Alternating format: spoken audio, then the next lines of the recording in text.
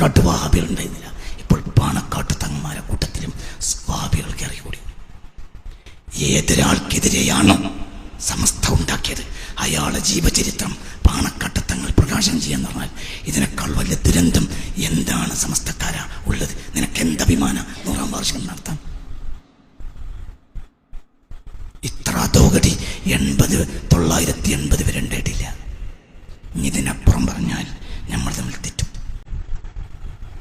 ഇന്ന് കേരളത്തിലെ രാഷ്ട്രീയ നേതാക്കന്മാരെ കൂട്ടത്തിൽ ഒരു ആലിമോ ഒരു മുത്താലിമോ ഒരു കാര്യം പോയി പറഞ്ഞാൽ അത് ശ്രദ്ധിച്ച് കേൾക്കുന്ന ഒരു മനുഷ്യൻ കുഞ്ഞാലി സാഹിബ, അയാൾ സുന്നിയാണെന്ന് എനിക്ക് അഭിപ്രായമില്ല.